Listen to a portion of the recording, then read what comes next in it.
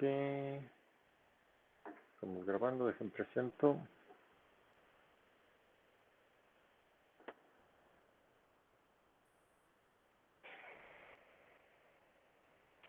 Okay.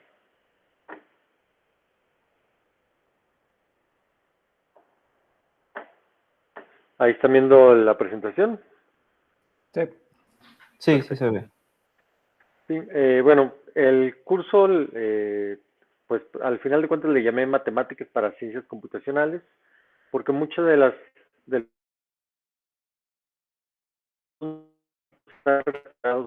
con de la parte de ritmos y demás, que digamos las matemáticas tradicionales que nos enseñan desde la primaria, ¿no? De lo que es aritmética, geometría, ¿sí?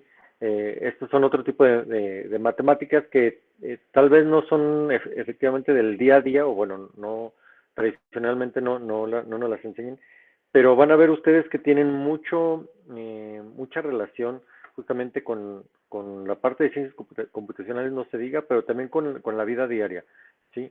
Y yo creo que incluso estas matemáticas deberían de incorporarse en algún sentido desde la primaria, ¿no? Son la parte de algoritmia, la parte de pensar de manera lógica, clara, sí, son conceptos y son herramientas que pues nos van a ayudar siempre y toda la vida, ¿no? Toda nuestra vida. Comentarles, pues bueno, este curso, aunque no es un curso, digamos, curricular, es un curso, digamos, complementario, tipo como taller. Sí, es importante, digamos, para nosotros que nos vamos a adentrar en este mundo de redes en chip.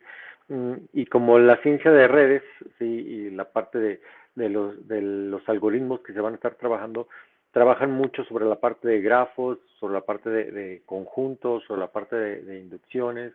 Entonces, tiene mucha relación con todo esto que vamos a ver. Bueno, sin más, me permito presentarles lo que sería, digamos, el temario del curso. Si el temario del curso no es el tradicional que se pudiera ver en una clase como esta, sin embargo, lo adapté así por las necesidades y la relación que hay de este curso con el de los martes, ¿no? Martes y jueves, que es la parte ya, digamos, de aplicación de la probabilidad. Entonces, por lo mismo, pues vamos a empezar con los conceptos de probabilidad, principalmente con la parte combinatoria y de probabilidad. La parte combinatoria básicamente es, digamos, cómo contamos, ¿sí? Si de alguna manera podemos resumirlo nosotros, la combinatoria es cómo contamos de manera, digamos, mm, correcta, porque hay muchas maneras de contar, incluso ahorita vamos a ver unos ejemplos de cómo a veces podemos contar de manera incorrecta, ¿sí?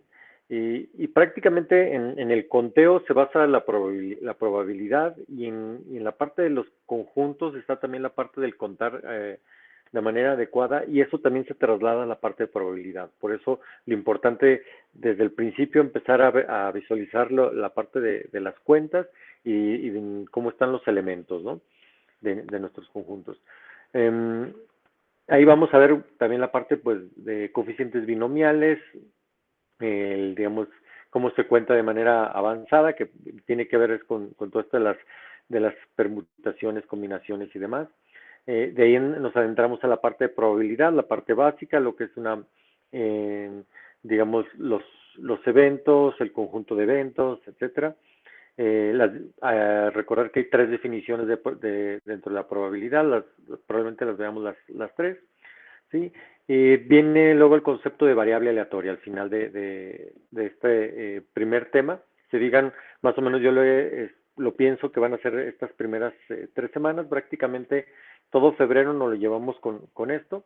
Después, en lo que sería marzo, veríamos la parte de procesos estocásticos, ¿sí? Que es la introducción de los procesos estocásticos, los procesos de renovación.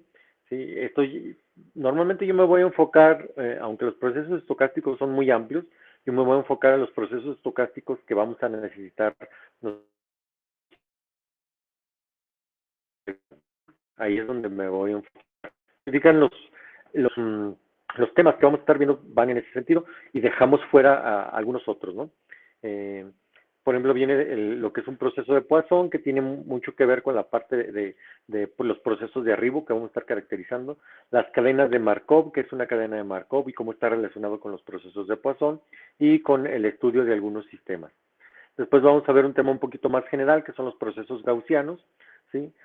Vamos a analizar a qué se refiere con un proceso gaussiano. Vamos a hablar también la parte de estacionariedad, ¿sí? O que un proceso sea estacionario. Y cuando nosotros lo hacemos pasar a través de un filtro lineal, ¿qué es lo que pasa con ese proceso estacionario? El concepto de ergodicidad, ¿sí? Y aquí pararíamos la parte de procesos estocásticos, ¿sí? Los procesos estocásticos prácticamente podemos hacer hasta doctorados completos, nada más enfocándonos en estos procesos estocásticos. Nosotros nomás vamos a tocar esta parte que nos interesa para poder entender toda la parte matemática que vendría después, a lo mejor en nuestros, en tema, prácticamente el tema 2, 1 y 2 del otro curso y probablemente algo del 3. Y ya la aplicación sería el 4. ¿Por qué digo algo del 3? Porque la realización de digamos, de las simulaciones atiende mucho a lo que es un proceso estocástico. Y hay que ver si ese proceso estocástico pues es estacionario o no es estacionario, si es ergódico o no es ergódico, etcétera, ¿verdad? Y cuáles serían las causas las causas de que esto sea y también las consecuencias de que esto suceda así. El tercer tema va a ser el pensamiento matemático, también está más o menos caracterizado en 3 semanas, que va a ser cómo hacer un argumento convincente, ¿sí? Es decir, cómo yo establezco una serie de argumentos lógicos para llegar a una conclusión, ¿sí? Cómo encuentro un ejemplo de un argumento lógico, ¿verdad?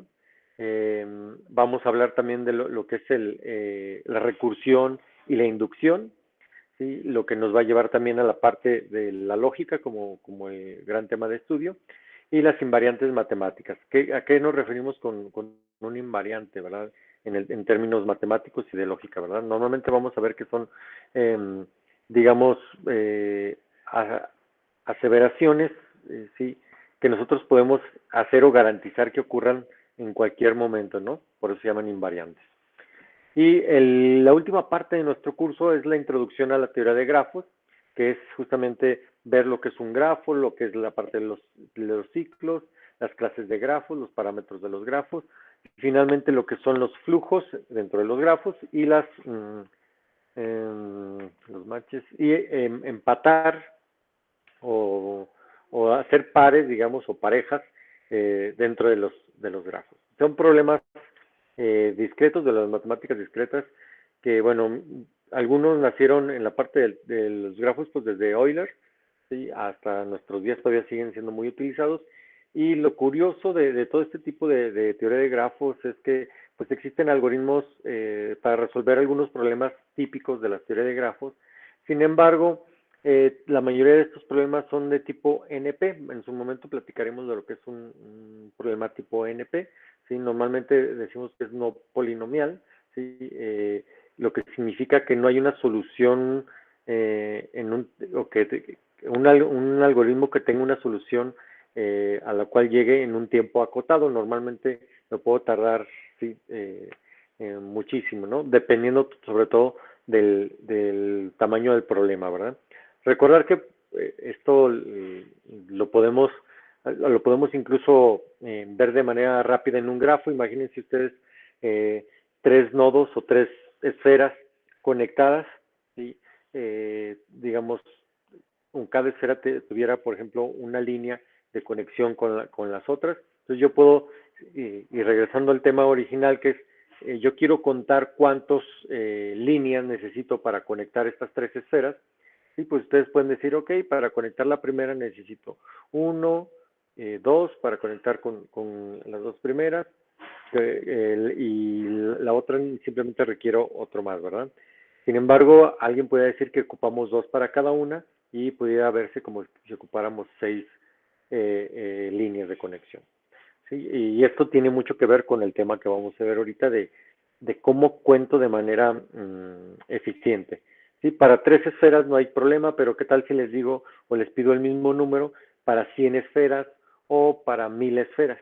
ya el problema no está tan simple o no lo podemos incluso ya ni imaginar de manera tan clara. ¿Hasta aquí alguna duda, pregunta? No, todo bien. Ok. Entonces vamos a empezar con nuestro primer tema, que es el conteo y la probabilidad, ¿sí? Y dentro de esta parte empezamos también con nuestro subtema, que es el conteo básico, ¿verdad? Que es lo que vamos a estar haciendo, ¿no? El conteo básico va a contar también a su vez de tres subtemas, ¿sí? Que es el inicio del conteo, ¿sí? El conteo recursivo, las tuplas y las permutaciones.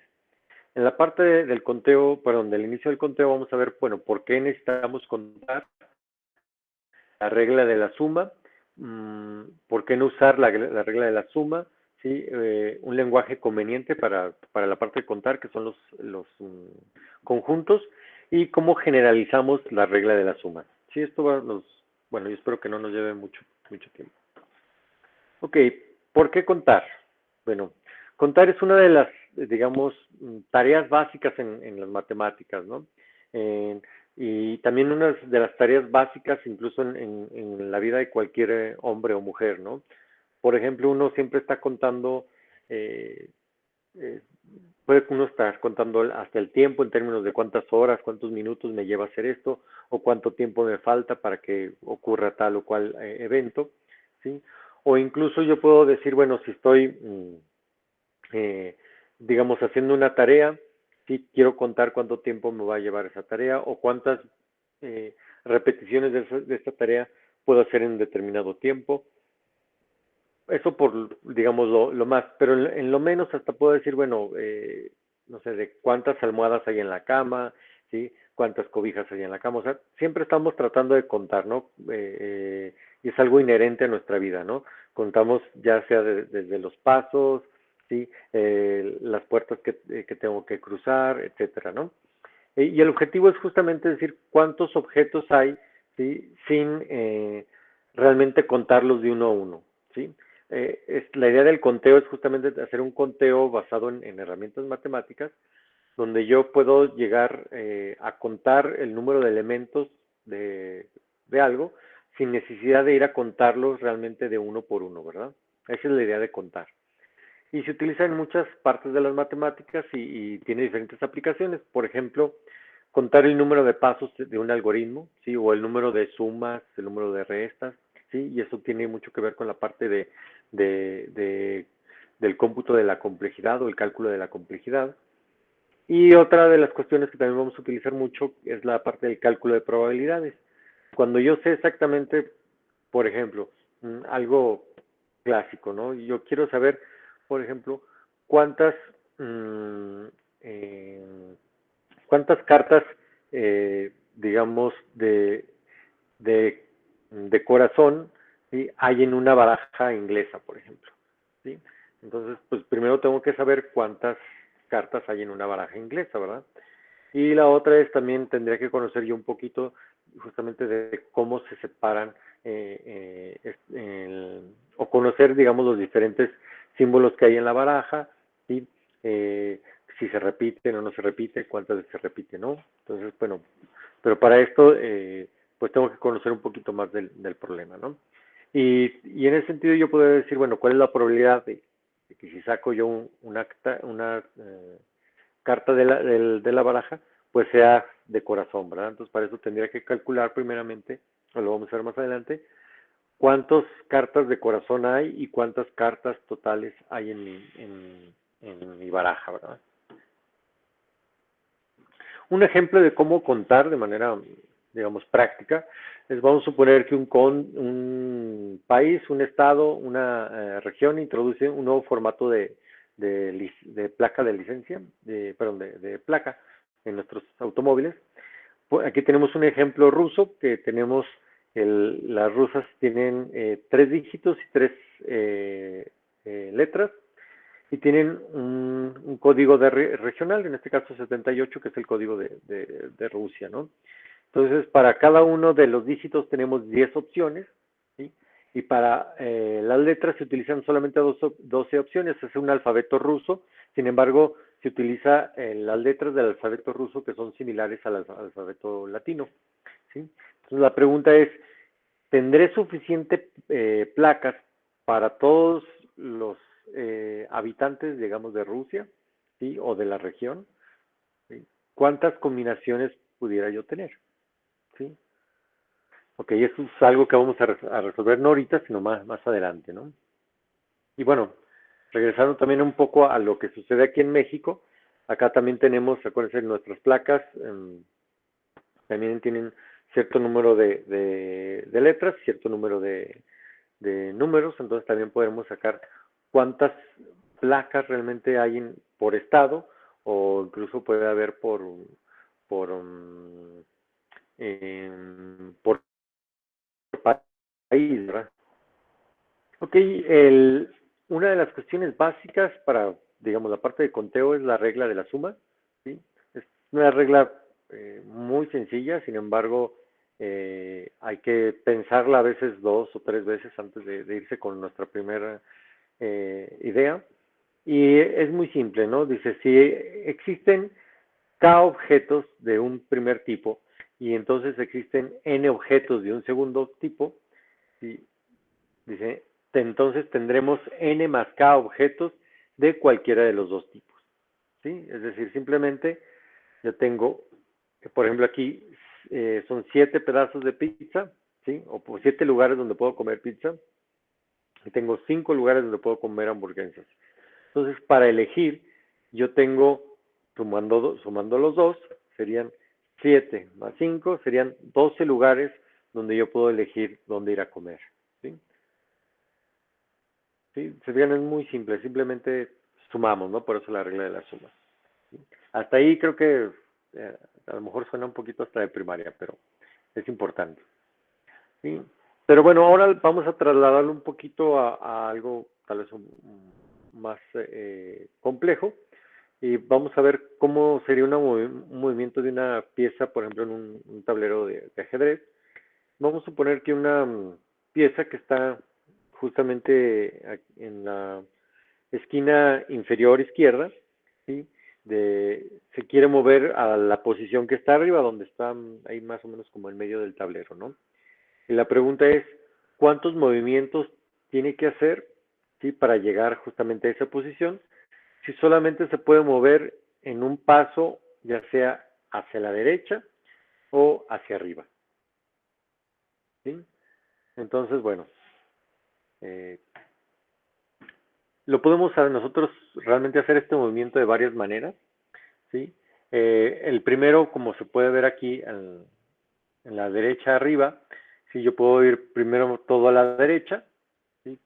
3 pasos, 1, 2, 3, pongo el apuntador, ¿sí? Digamos hago 1, 2, 3, ¿sí?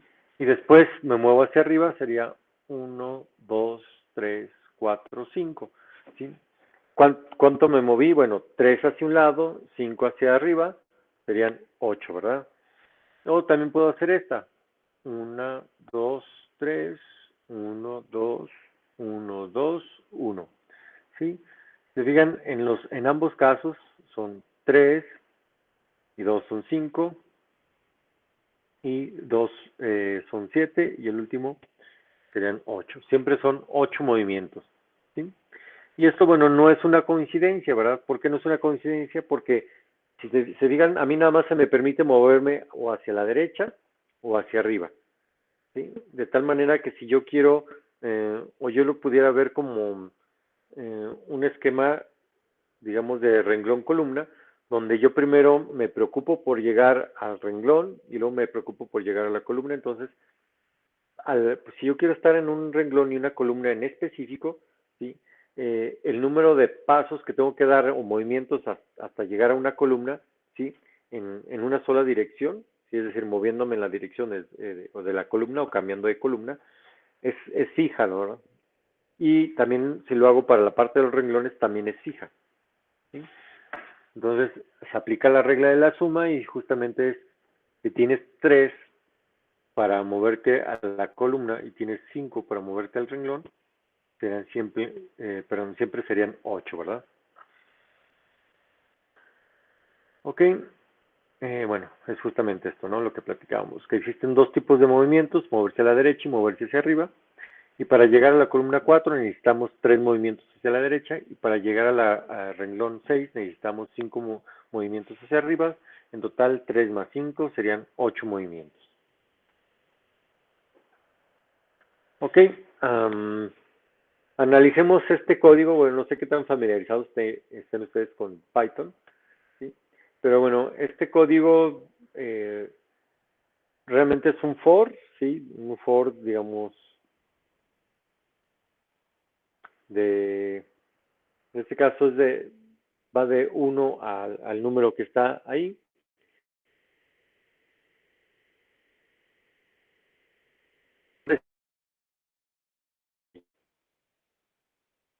Y luego, bueno, nos dice, no, trata de responder sin necesidad de correr el programa, ¿verdad? ¿Cuántas creen ustedes?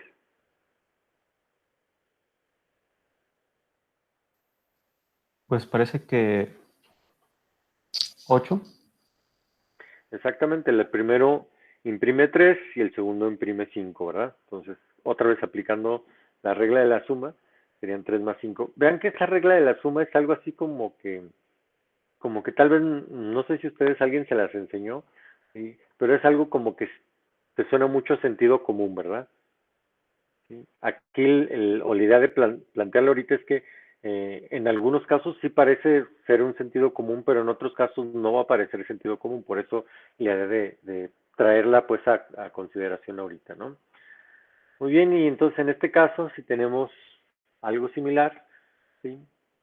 Eh, ¿Cuántas veces se va a imprimir la palabra hola o hi? 19. Exactamente, son 19, ¿verdad? Serían, otra vez simplemente vamos sumando, ¿verdad? 8 más 4 son 12, ¿sí? Más 7, 19. Ok. Sin embargo, vamos a ver como quien dice, un contraejemplo de todo esto. ¿Sí? Vamos a entrar al más allá del sentido común, ¿no? Y por ejemplo, tenemos esta parte de aquí, dice. El problema es la divisibilidad entre 2 o 3. Y el problema es, dice, cuenta todos los enteros del 1 al 10 que sean divisibles por 2 o por 3. ¿Sí? Entonces, si tratamos de aplicar la regla de la suma aquí, y decimos, ok, existen 5 números que son divisibles por 2. El 2, el 4, el 6, el 8 y el 10. Y existen 3 números que son divisibles por 3. El 3, el 6 y el 9. Entonces, la respuesta debería de ser 5 más 3 igual a 8. ¿Sí? ¿Qué problema vemos aquí? La repetición de algunos dígitos, ¿no? Exactamente, la repetición de algún dígito y efectivamente, ¿sí? Si nosotros contamos de manera directa y ponemos los números, vean que tengo aquí justamente ya señalados el 2, el 3, el 4, el 6, el 8, el 9 y el 10. Y si yo los cuento, son 3, 4 y 3, son 7. Entonces la respuesta es 7, no es 8, ¿verdad? ¿Y qué pasó? Pues prácticamente que este 6 estaba justamente en los dos conjuntos o estaba repetido en los dos casos. Ok, entonces, bueno, digamos si recapitulamos la regla de la suma, ¿sí? Ahora, en la regla de la suma debemos de estar conscientes que ningún objeto debe de pertenecer justamente a ambas clases, ¿sí? Si no, no se aplica la regla de la suma. Ok. Pero bueno, para verlo todavía más claro, pues hay que utilizar un lenguaje claro también y para esto es el lenguaje, digamos, más conveniente, que es el lenguaje de los conjuntos, ¿sí? Y un conjunto es simplemente un grupo arbitrario, ¿sí? De objetos arbitrarios. Es decir, yo hago, valga la redundancia, agrupaciones, ¿sí? O junto objetos conforme me plazca. No sé si sea por color, o por cercanía, o porque me gustan, o cualquier criterio, ¿verdad? ¿Sí? Y normalmente para denotar lo que es un conjunto utilizamos las letras mayúsculas. Por ejemplo, A, B, C, S, etcétera, ¿no? Y los conjuntos pueden ser dados por medio de una lista de elementos, ¿sí? O de sus elementos, ¿sí? Por ejemplo, en este caso, S es igual a 0, 1, 2, 3, donde justamente 0, 1, 2, 3 son los elementos que pertenecen al conjunto S. Entonces, este conjunto consiste justamente de los 4 elementos 0, 1, 2 y 3. ¿Sí? Algo interesante en los conjuntos es que el orden de los elementos no es importante. ¿Sí? Para nosotros, el conjunto 0, 1, 2, 3 es lo mismo que el conjunto 2, 0, 3, 1. ¿Sí?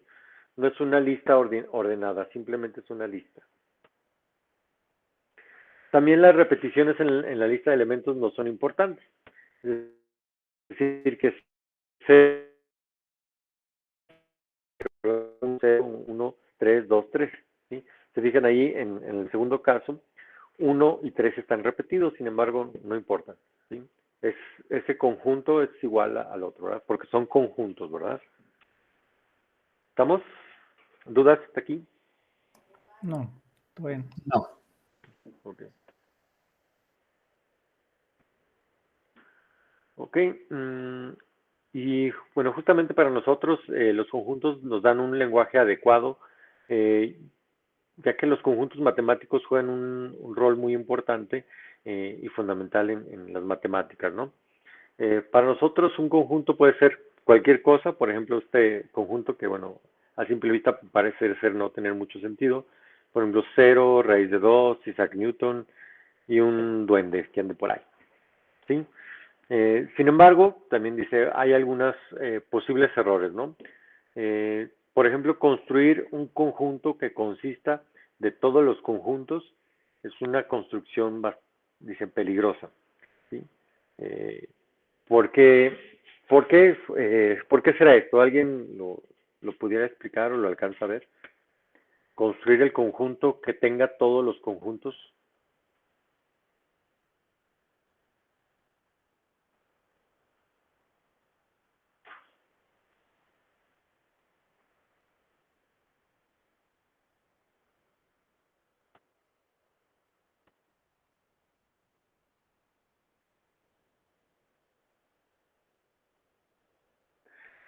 ¿No? Me No. voy a tratar de explicar un poco. El, el, vamos a suponer que tengo un conjunto, ¿no? Que es así tal cual como dice. ¿Sí? El conjunto que tiene todos los conjuntos. ¿Sí? Sin embargo, y aquí está la pregunta interesante, si ese conjunto tiene todos los conjuntos, debería detenerse a sí mismo, ¿no cree?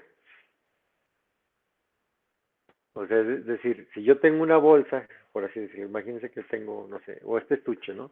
Donde digo, no, mira, aquí están todos los estuches del mundo, están aquí adentro. Digo, bueno, ¿y este estuche por qué no está dentro de este estuche? ¿Sí? Porque este estuche dice que tiene todos los estuches del mundo. Entonces, se digan, es una contradicción y algo peligroso de definir, ¿no? Cuando decimos peligroso en sentido matemático, ¿verdad? Que no tiene mucho sentido, o sea, o no, o son aseveraciones que no son ciertas, ¿verdad? ¿Sí? Por ejemplo, que este estuche tenga todos los estuches del mundo, pues no es posible porque no se contiene a sí mismo, ¿verdad? Un estuche no puede estar dentro de sí mismo. ¿Sí? Lo mismo pasa con los conjuntos, ¿verdad? Un conjunto que consista de todos los conjuntos no es una construcción, eh, digamos, adecuada. ¿Sí? Sin embargo, bueno, en nuestro curso no nos vamos a ir a la parte filosófica de todo esto, sino más bien a la parte práctica. Entonces, estas cuestiones de si el conjunto está dentro del mismo conjunto, no nos vamos a meter en eso, ¿no? Sino ver cuestiones un poquito ya más pragmáticas. Y bueno, ustedes también por ahí a lo largo de su vida vieron también lo que era un diagrama de Venn. El diagrama de Venn es justamente una manera conveniente también de ver en los conjuntos, ¿sí? Y normalmente los representamos por círculos. De tal manera que los elementos o el conjunto A sería justamente el círculo de la izquierda y el conjunto B o los elementos del conjunto B serían o estarían representados por el círculo de la derecha. ¿Sí? Y tenemos aquí algo interesante que mm, que, digamos, marca la diferencia, ¿no? Eh, Tanto A y B pueden tener o no intersecciones, ¿verdad? ¿Qué es esta intersección? Son los elementos que pueden, digamos, pertenecer a ambos conjuntos, ¿sí? Que pueden estar tanto en A como en B. Ok, entonces vamos a utilizar una notación útil, ¿sí? O vamos a definirla. Y vamos a suponer que tenemos justamente estos dos conjuntos, el conjunto A y el B, y decimos que el conjunto A intersección B, ¿sí? Es justamente la intersección de estos conjuntos y consiste en todos los elementos que pertenecen a ambos conjuntos, ¿sí? Entonces, que es justamente lo que comentábamos acá, o la parte que está en verde. Y también podemos definir nosotros la unión, ¿sí? Entonces, el conjunto A unión B es la unión de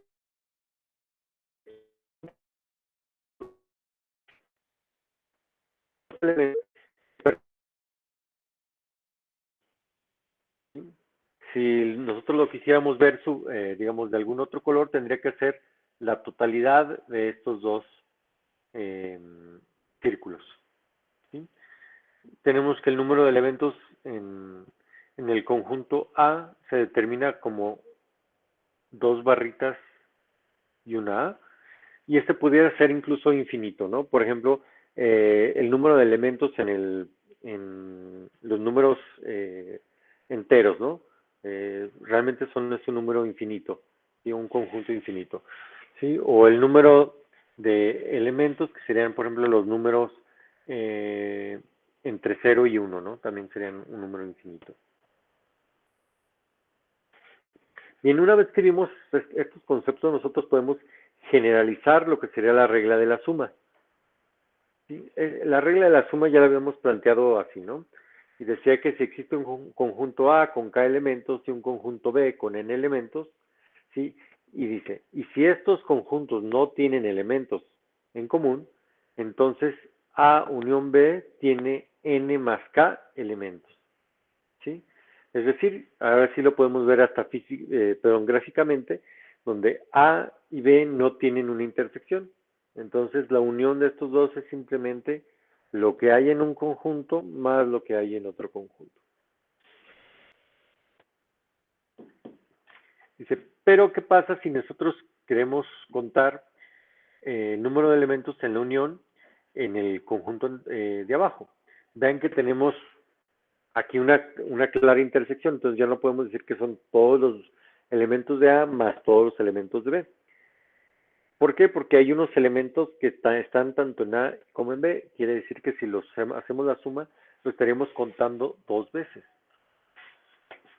Entonces, si yo quiero justamente buscar esto, ¿sí?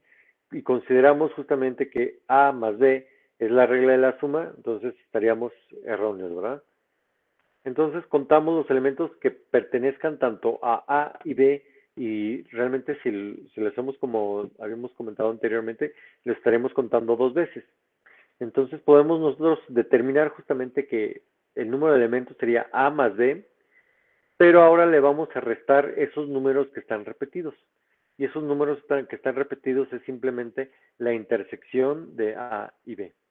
Entonces, si se fijan, ahora sí ya podemos entender la parte de acá abajo donde me dice que el número de elementos de la unión de A y B es igual a los elementos de A más los elementos de B menos los elementos que tienen en común.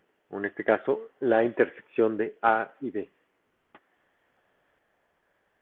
¿Sí? ¿Hasta aquí alguna pregunta? No, todo bien. Todo bien. ¿Todo bien? Ok. Recordar que, bueno, probablemente esto ya le esté sonando un poquito más a algunos temas de probabilidad, y es justamente porque una vez que aprendemos a contar o a relacionar si un elemento está o no dentro de un conjunto, vamos a ver que después la parte de probabilidad va a ser simplemente una operación matemática sobre el número de elementos de los conjuntos, ¿sí? Entonces está muy relacionado con esto que tenemos acá abajo, esta formulita de acá abajo. Ok, en resumen, bueno, nosotros vamos a empezar a contar con cosas simples, ¿sí? Pero también, bueno, como comentamos, incluso la regla de la suma, que puede ser algo muy simple, puede tener sus trucos. Y bueno, en sesiones posteriores lo que vamos a ver es cómo vamos a construir, digamos, esto en el sentido de cómo contar cosas más complejas o más intricadas, ¿sí? Y cómo se va a relacionar todo esto también con la parte probabilística, ¿sí? Y la parte de conjuntos, ¿sí? Y bueno, antes de, digamos, de terminar, bueno, aquí tenemos unos, digamos, ejemplitos que vienen por ahí en un libro.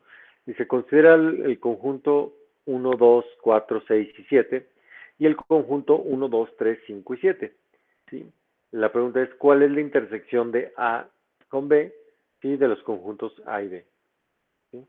Si se fijan, ahí tengo varias opciones, pero ven que la intersección tiene que estar en los dos. Entonces, el 1 aparece en los dos, entonces está en intersección. El 2 aparece en los dos, está en intersección. El 3 solo aparece en A, por eso no aparece en la intersección. El 4, perdón, el 3 solo aparece en B, por eso no está en la intersección. El 4 solo aparece en A, por eso no está en la intersección. El 5 solo aparece en B, por eso no está en la intersección. El 6 solo está en A, por eso no aparece en la intersección. Y finalmente el 7 está en los dos, por eso aparece en la intersección. ¿Sí? ¿Todo bien hasta aquí? Sí. Sí. Sí. Perfecto. Ok, ahora, bueno, son los mismos conjuntos, pero ahora nos preguntan por la unión, ¿sí? Vean que la anterior era la intersección, ahora tenemos la unión. En la unión, pues, vean que simplemente tienen que ser todos los elementos que aparezcan tanto en A como en B. Entonces sería 1 que aparece en los dos, 2 que aparece en los dos, el 3 que aparece en B, el 4 que aparece en A, el 5 que aparece en B, el 6 que aparece en A, y el 7 que aparece en los dos. ¿Sí? Nada nuevo.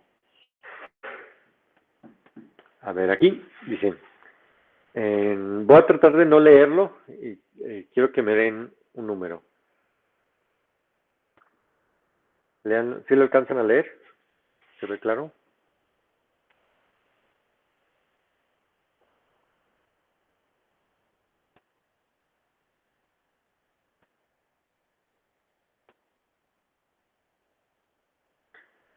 La pregunta es, ¿cuál es el tamaño de la intersección de los conjuntos A y B? 3, ¿no? Sería 3 sería el tamaño, ¿verdad? ¿Y cuáles serían esos elementos? el 4, el 6 y el 8. Muy bien, así es, ¿verdad? Recordar que dice que B es el conjunto de todos los números naturales pares, ¿verdad? Entonces empieza desde el 2, 4, 6, 8, 10, ¿verdad? Sin embargo, como me están preguntando por la intersección, entonces tienen que estar en el conjunto de los números naturales pares, pero también debe estar en este conjunto que es A.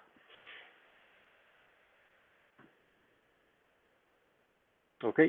Eh, sería ahorita todo por mi parte, por esta presentación.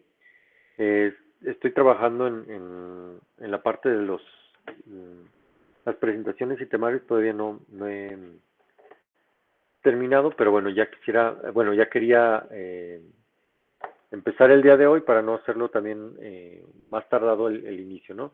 Eh, También por ahí tenemos mm, el curso.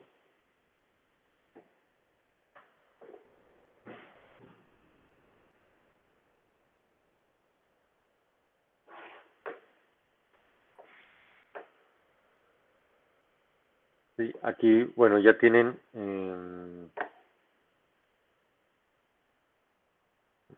aquí ya un libro, que es el libro de texto, nada más que, como les comentaba, lo que vamos a estar viendo no viene en el orden, sí, viene un poquito diferente.